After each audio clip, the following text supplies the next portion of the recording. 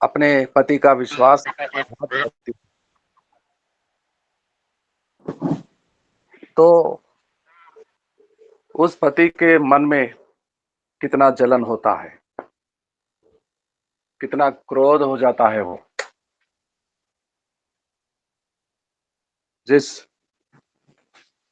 पत्नी को अपने शरीर का अंग समझता है, भाग समझता है, वो पत्नी उस पति को विश्वासघात करेगी, धोखा देगी उसको।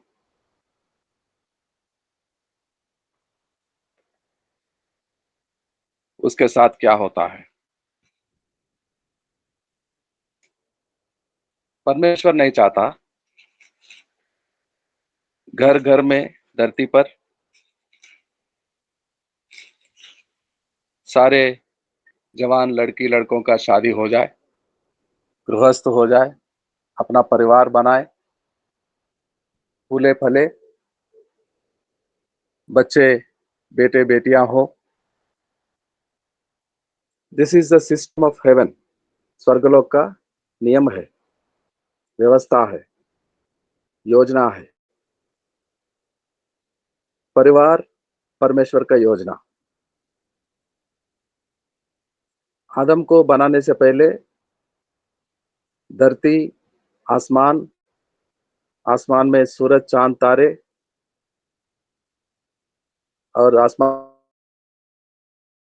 के तले धरती पर पर्वतें, हसीन वादियां, नदियां, फूल फलने के लिए छोटे बड़े पेड़ पौधे, वृक्ष, और सारे प्राणियों को बनाया था। फिर सब कुछ ठीक ठाक था। परमेश्वर ने देखा अच्छा है, और अपने हाथों से मिट्टी में से निकालकर मनुष्य को बनाया, अपना सूरत दिया, अपना स्वरूप दिया, बिल्कुल अपने जैसा बनाया। जैसा परमेश्वर का बेटा यीशु था, वैसा ही आदम को बनाया, यीशु के समान। यीशु अदृश्य परमेश्वर का दृश्य रूपी था, और बिल्कुल वैसा ही बना आदम। और बाद में देखा, अरे कुछ कमी है। अब तक की सृष्टि में, सृष्टि की रचना में कोई कमी नहीं था, सब कुछ अच्छा था, बहुत अच्छा था। लेकिन आदम के बारे में देखा, ये ठीक नहीं, अच्छा नहीं। इसके लिए और कुछ बनाना पड़ेगा। जो आदम के बनाने से पहले सब कुछ बनाया था, वो सब कुछ ठीक था, सब कुछ। लेकिन आदम के बाद प्रभु ने देखा, इसके लिए और कुछ स्पेशल बनाना पड़ेगा, ताकि ये पूरी तरह से खुश रहे।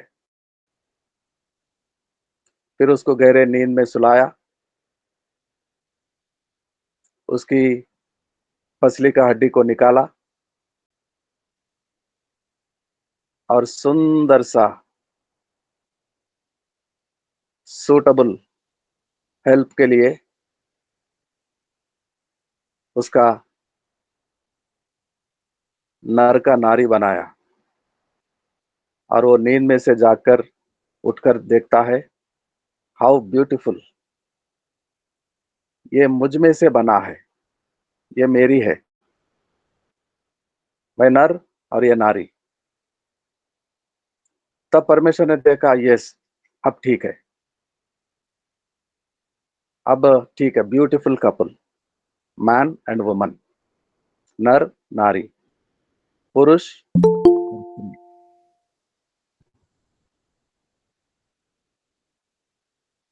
संसार में अक्सर हम सुनते हैं, पहले स्त्री, बाद में पुरुष, स्त्री पुरुष। नहीं, परमेश्वर ने पहले पुरुष को बनाया, पुरुष के लिए पुरुष को बनाने से पहले सब कुछ सृष्टि का रचना किया और वो बहुत अच्छा था। लेकिन पुरुष जो नर बन गया था आदम, उसमें कुछ कमी था। परमेश्वर ने देखा नहीं, इसके लिए और कुछ बनाना पड़ेगा स्पेशल। एक स्पेशल सृष्टि का रचना करना पड़ेगा इसके लिए। इसको लाने से पहले जो रचना किया मैंने वो सब कुछ ठीक है। आसमान, आसमान में तारे, सूरज और चाँद और धरती में ये विशाल सृष्टि, ये पहाड़, ये वादियाँ, ये हवा और सारे पेड़-पौधे, आकाश में उड़ने वाले पंछी, धरती पर रेंगने वाले से लेकर छोटे-छोटे प्राणियों से लेकर वो सारे जानवर, जंतु, पानी में मछलियाँ, एवरीथिंग वाज़ सो ब्यूटीफुल। बहुत अच्छा बनाया और आखिर में ये सब अपने अधीन में रखने वाले आदम को बनाया, अपना सूरत और अपना स्वरूप दिया। अपने साँसें भरी, अपना आत्मा को रखा। अब तक सब कुछ ठीक था, लेकिन थोड़ा खलती थी परमेश्वर को कि इसको और कुछ सहायता, मददगार की ज़रूरत है, और वो भी पूरा कर दिया तो सब कुछ ठीक होगा। और वो बोलता है, "ये मेरे में से बनी है, ये मेरी है, मैं नर तो ये नारी है, ये मेरा स्त्री है।" परमेश्वर ने बनाया, परमेश्वर ने बनाया जोड़ी, नर-नारी, परमेश्वर की योजना, the beautiful planning of haven, खुदा का सोच, खुदा का योजना। खुदा जो भी करता है, वो पवित्र हो जाता है और सदा के लिए होता है और बहुत ही अच्छा होता है। यहोवा उत्तम को देता है। हमने पिछले दिनों में सीखा, भजन संहिता 85:11 में, उत्तम, अति उत्तम हमारे लिए योजना करता है, बनाता है, रचना करता है, हमें देता है।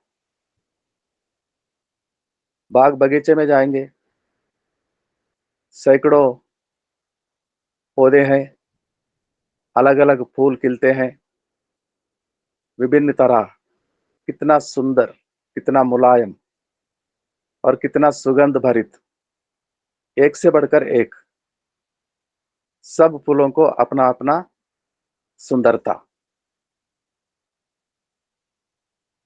किसी बच्ची अपने दादा-दादी के साथ मॉर्निंग वॉक में गई, एक पार्क में, बाग में, वो बहुत खुश हो गई, इतने सारे फूल, इतने सारे, किसने खिलाया होगा इतने सारे फूलों को? और वो बच्ची जाकर एक गुलाब के पेड़ के यहाँ पास में जाती है और बहुत खुश होती है। उसके मन में चाहत आता है कि मैं हाथ बढ़ाकर एक अच्छा-सा सुंदर-सा फूल को ले लूँ, तोड़ लूँ। तब एक आवाज़ उसके हृदय में से निकलता है, वो सुन रही है, "बेटी, ये तेरा फूल है? ये पौधा तेरा है?" "नहीं, ये मेरा नहीं। मैं तो पहली बार आया हूँ यहाँ पर मेरे दादाजी के साथ, दादी माँ के साथ। कितनी सुंदर जगह है। तो तेरा नहीं है तो क्यों ले रही हो?" "अच्छा, मेरा नहीं है, सही है, मुझे लेना नहीं चाहिए। देख सकती हो सुंदरता और खुशबू को आज़मा सकती हो,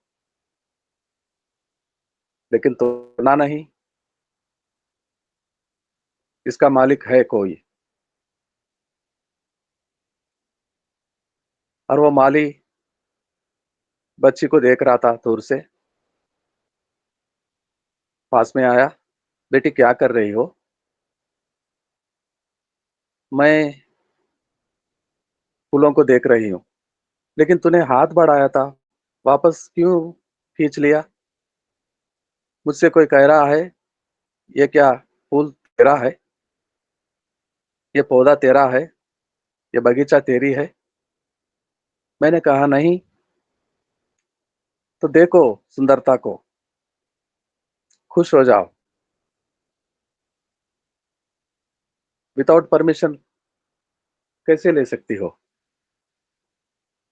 तो उसने कहा, "बेटी, अगर लेना चाहती है, लेने से तू खुश हो सकती है, तो ले लेना बेटी, तोड़ लेना फूल को। ये तेरे लिए ही खिला है। परमेश्वर से माँगने से सब कुछ देता है। धन्यवाद के साथ माँगो, ये दुनिया के सारे चीज़, सारे वस्तुओं, सब कुछ, ये विशाल सृष्टि की रचना हमारे लिए ही किया है उसने। पुरुष के लिए स्त्री को बनाया और वो स्त्री अगर विश्वासघात करती है, तो उसको कितना किसको? पति को मालूम पड़े जब उसका दिल दुखता है, लेकिन बनाने वाला नहीं देखता। क्या पढ़ रहे थे ले व्यवस्था 5 में आज हम? अगर उसके पति को मालूम हो जाए, पकड़ी जाए वो, अगर नहीं मालूम पड़ा, धोखे से विश्वासघात करती है, छुप-छुप के जाकर गैर मर्दों के साथ मिलती है,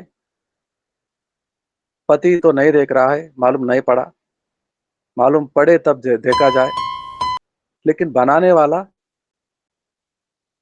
उस बाग में फूलों को खिलाने वाला, उस नर के लिए जो अच्छा नहीं था, सब कुछ बनाने के बाद भी, सब कुछ देने के बाद भी परमेश्वर को लगा कुछ कमी है, इसके लिए और कुछ करना पड़ेगा स्पेशल। सारी सुंदरता से भरा हुआ ये सारे विशाल सृष्टि के अलावा एक और स्पेशल उसके लिए बनाया था परमेश्वर ने।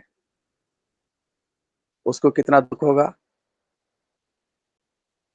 पति बाहर गया है, दूर गया है, सुबह को जाता है तो शाम को आता है, खेतों में जाकर परिश्रम करता है और पत्नी घर में, उसको मालूम है, वो जानती है, अभी मेरे पति आने वाला नहीं, शाम ढलेगा तो आएगा, मैं अभी कुछ भी कर सकता हूँ। वो चुप-चुप कर जाती है, अपने घर से निकलती है, गलियों में घूमती है, जाती है, चुपके से किसी के साथ मिलती है।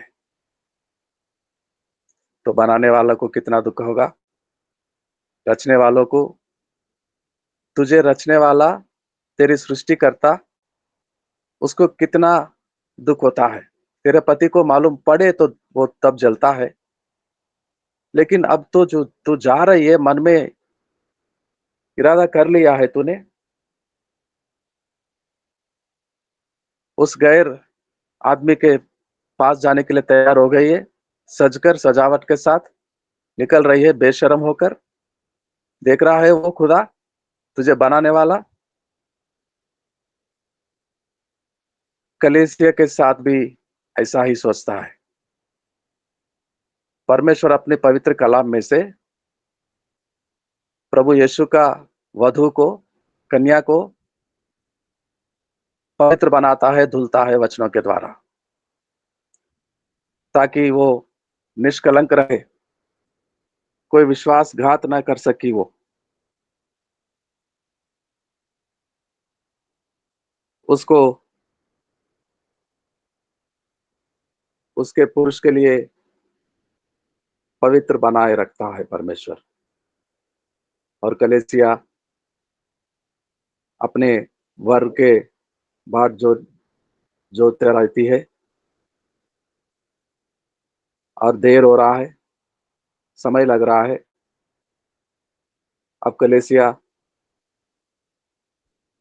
चुप-चुप कर, धोखा देकर, विश्वासघात करने के लिए जाती है बाहर?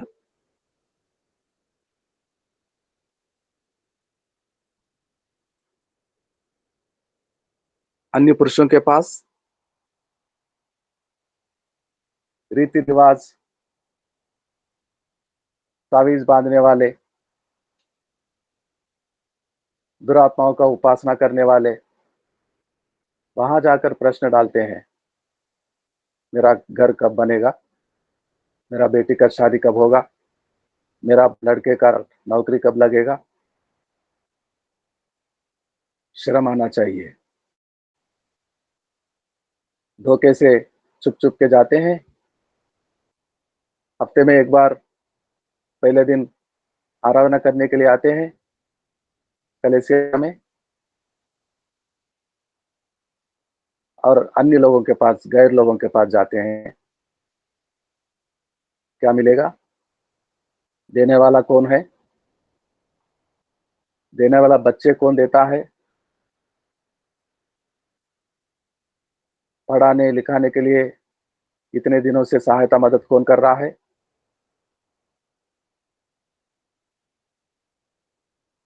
कौन देख रहा है?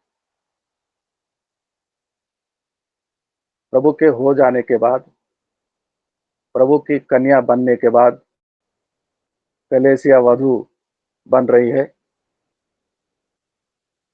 और अपने पुरुष आने वाला है बहुत ही जल्द, और इतने में ही आँखें बंद कर कर धोखे से छुप-छुप के जाते हैं अन्य लोगों के पास। क्या मिलता है वहाँ जाके? कुछ नहीं मिलने वाला। लेकिन जो आने वाला वर बनकर आने वाला जब आएगा तब दंड मिलता है। एफेसियों की पत्री में यही लिखते हैं पौलुस साहब कलीसिया को। एफेसियों के पत्री में जाएँगे मदन जी या कोई बहन पढ़कर मेरा सहायता करेंगे? 5वां अध्याय 22 से लेकर कुछ वचनों को पढ़ेंगे हम, 28 तक।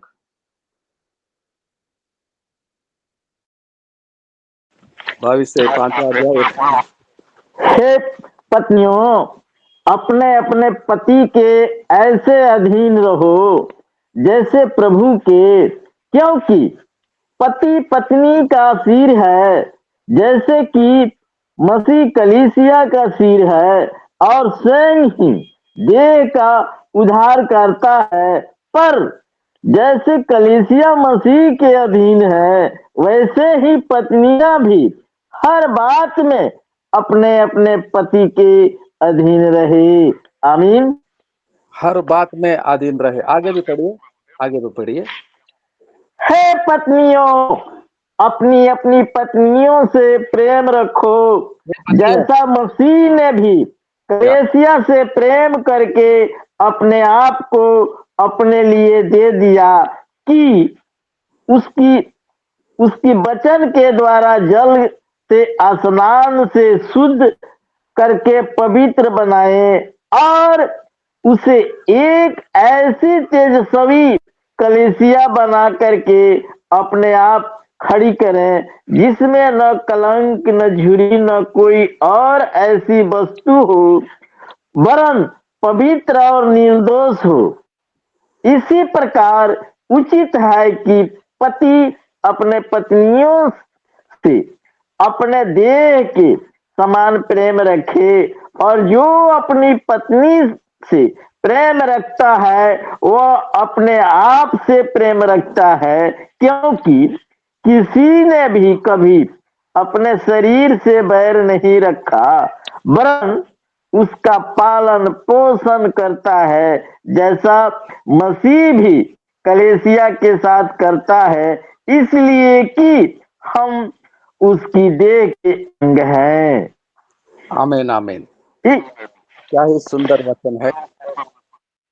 प्रभु यीशु मसीह अपने वधू के लिए अपने आप को बलिदान किया, पवित्र बनाने के लिए कन्या को, वधू को पवित्र लहू बहाया और हर रोज अपने पवित्र वचनों के जल से उसका स्नान करवाता है।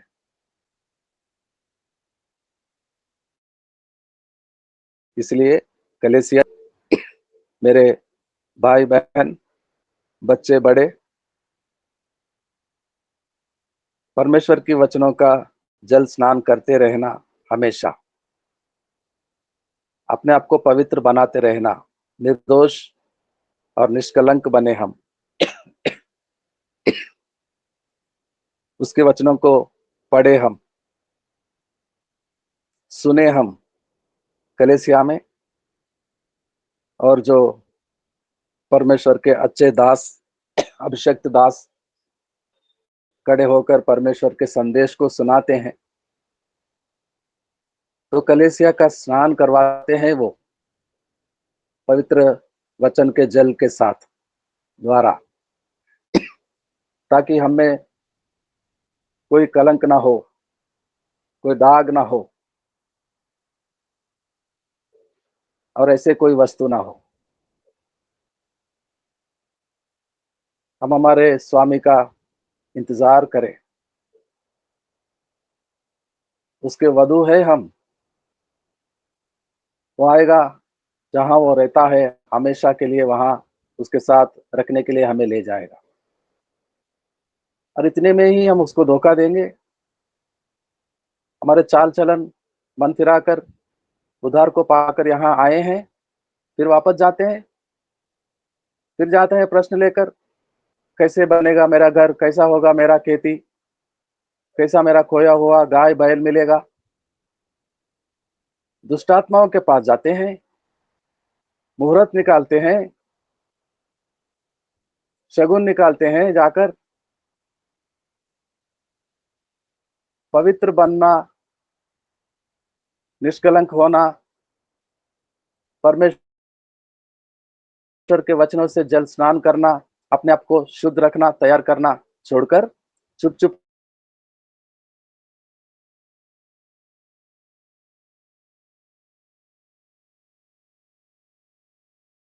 को स्त्री ने, मसीह को कलीसिया दूर गया है। सुबह को जाता है तो वापस बड़ी देर रात को आता है घर में। तब तक मैं कुछ भी कर सकती हूँ। तेरा पति दूर गया होगा, लेकिन तुझे बनाने वाला, तुझे रचने वाला, वो खुदा परमेश्वर ईश्वर, वो तुम्हारे घर में नहीं रहता, पास में नहीं रहता, देखता नहीं तुम क्या कर रही हो? देखता है और दुखी भी होता है। दुखी भी होता है, कहता है मैं किस लिए इसको बनाया। संताप करता है वो। हम यीशु के कन्या बन गए हैं, वधू।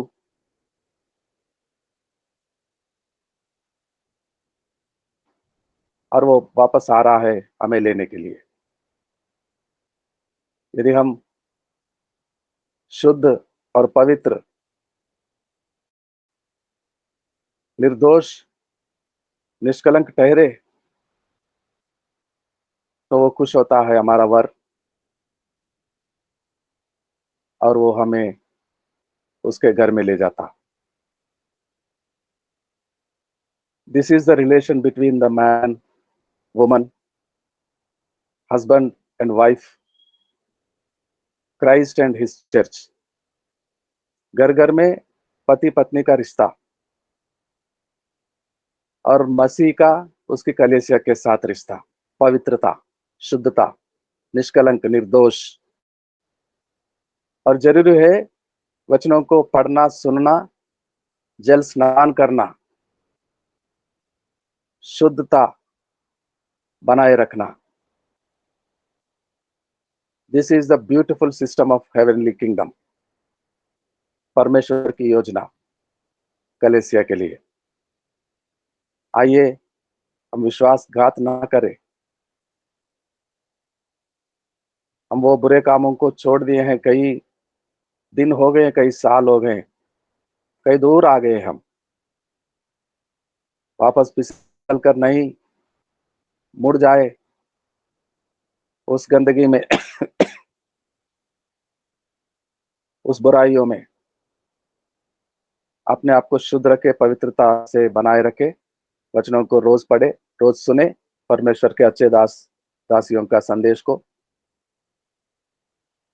और वो आए हमारे लिए, हम पर प्रसन्न हो, खुश हो। सब कहते हैं मसीह तू जल्दी आ।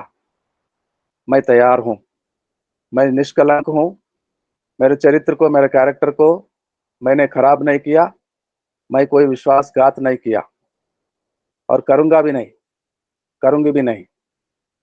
मसीह तू वापस आ, जल्दी आ। कलीसिया कहती है, आत्मा कहता है, प्रकाशित वाक्यों का आखिरी पन्ने में पढ़ते हैं, आखिरी अध्याय में, और हम भी कहते हैं, पर प्रभु यीशु तू जल्दी आ। हम तैयार हैं, निष्कलंक, निर्दोष, पवित्र, शुद्ध। आइए प्रार्थना करेंगे, हमारा स्वामी का आगमन का बात जोएंगे हम। आखिरी प्रार्थना, क्लोजिंग प्रेयर। क्लोजिंग प्रेयर कौन करेंगे भाई? Closing prayer pastor Surendra Kumar ji करेंगे, आखिरी प्रार्थना। Yes sir. आइए आखिरी प्रार्थना पास्टर सुरेंद्र कुमार जी, गया बिहार से। प्यारे प्रभु यीशु, हम तो धन्यवाद देते हुए तेरे पास चले आते हैं। हाँ प्रभु, प्रभु हमने अपने वचनों से सीखा कि कलीसिया यीशु मसीह की दुल्हन है। कलीसिया